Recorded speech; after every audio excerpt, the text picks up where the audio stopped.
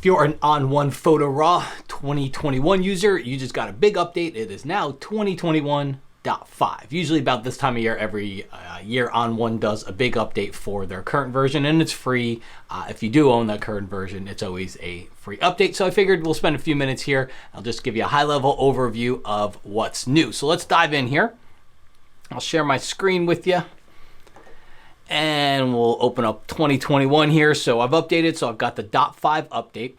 One of the biggest ones is going to be a feature that used to be an ON1 if you were, and a lot of these features are actually more for ON1 as a plugin, which is interesting. So smart photos, which is, if you've ever used Photoshop, it's almost like a smart object where you've got some non-destructive ability to it. So the workflow would be, I would start inside of Lightroom and do something, and then I could hop over to ON1 effects, and I occasionally will hop over there to do a glow, just because it's a little bit more tedious in Photoshop, and ON1's got some good presets for that. But whatever reason you're hopping over to ON1 for, you would probably be in effects if you were a Lightroom user, and then you would do something and you come back to Lightroom. Well, if you ever wanted to go back to ON1, your effect was basically baked in. But now, when you go up here to your ON1 preferences, one of the things that you're going to see is as you go over into plugins, okay, you can see under there it says Lightroom and it says file type. There's an option down here for Smart Photo PSD. All right, so what that's going to do is it's going to use the Smart Photo technology, which means when you hop over from Lightroom over into ON1 and you do something, when you go back to Lightroom, let's say a week later you decide to go back over in ON1 and you want to change that, whatever it is that you used, you'll have that Smart Photo option and you'll be able to go in there. As again, in my case, maybe it's a glow in effects and you'll be able to change it. It'll be all non-destructive.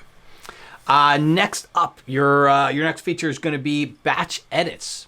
So again, this one's if you're a Lightroom user or using ON1 as a plugin. Let's say I went in here, let's say I had a bunch of photos that I wanted to edit. So I'll go down here and I'll just shift click on a few of them. If you do one, you're not going to see this. So you have to go in there and use a few of them. So I've shift clicked it and added a few different photos here. I go down here to the file menu. I go down to plugin extras and I want to go over to ON1 effects. So when I do that, I'm saying I want to batch edit these 5 photos. You're going to see a whole new option open up inside of here. And one of the interesting ones is you have export options, but you can pause on the first photo, which is pretty cool because it'll pause, right? Then let you do something. And then when you're done with that, then it'll run on the rest of the photos. So you don't have to spend any time going through each photo. Makes your batch editing a little bit faster there.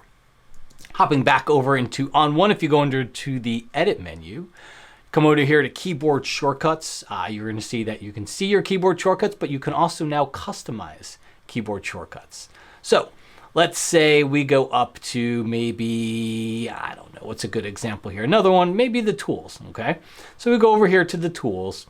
And for example, let's say you use the adjustment brush, but you don't like the keyboard shortcut that it has. So come over here, you can go double click on it. It's going to tell you. And this, at first, when I first saw this, I thought it was telling me I couldn't do it. And so I'm gonna ask you to watch this and think about it for a second. What it's telling you is that the factory preset cannot be modified, but you can create your own preset. So I'm gonna click no here for a second and just show you what you see here. You see how it says default up at the top and there's a little down facing arrow and I can save as a new style.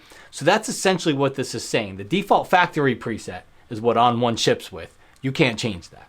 But you can create a new preset of keyboard shortcuts as your own, and you can switch between the two.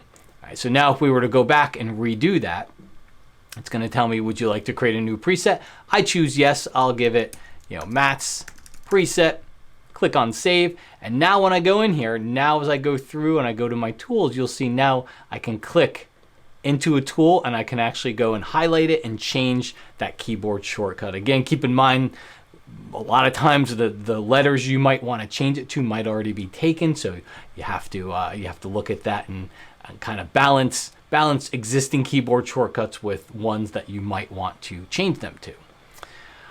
Okay, from here, there's fine-tuned slider control, which means that you can use your keyboard to do this. So the way it works is, let's say I go to exposure and I can click on the slider, and now I can use the up and down arrow keys to get very, very fine-tuned. Might be hard for you to see, but I'll zoom in on it a little bit for you, but now you can see I'm getting very fine-tuned control of the option there, where when you're moving it with your mouse, sometimes it's a little harder to get that fine-tuned of control, but you can click on the slider and use your up and down arrow keys to go in there and get that. And then the last feature is, it's not something that I can really demonstrate in here for you, but if you're part of the ON1 Cloud Sync family, as well as your photos and all of that stuff getting synced up into the ON1 Cloud, all of your presets and all of those files and the stuff that you use and some of the modifications that you make, that will get synced up there as well. So not only are your photos synced up, but all of your ON1 settings will get synced up as well. All right, got any questions, guys? Make sure you swing by ON1's website. They can help you with all of that, as well as provide you with the update if you haven't gotten it already. Hope you enjoyed. I'll talk to you again soon.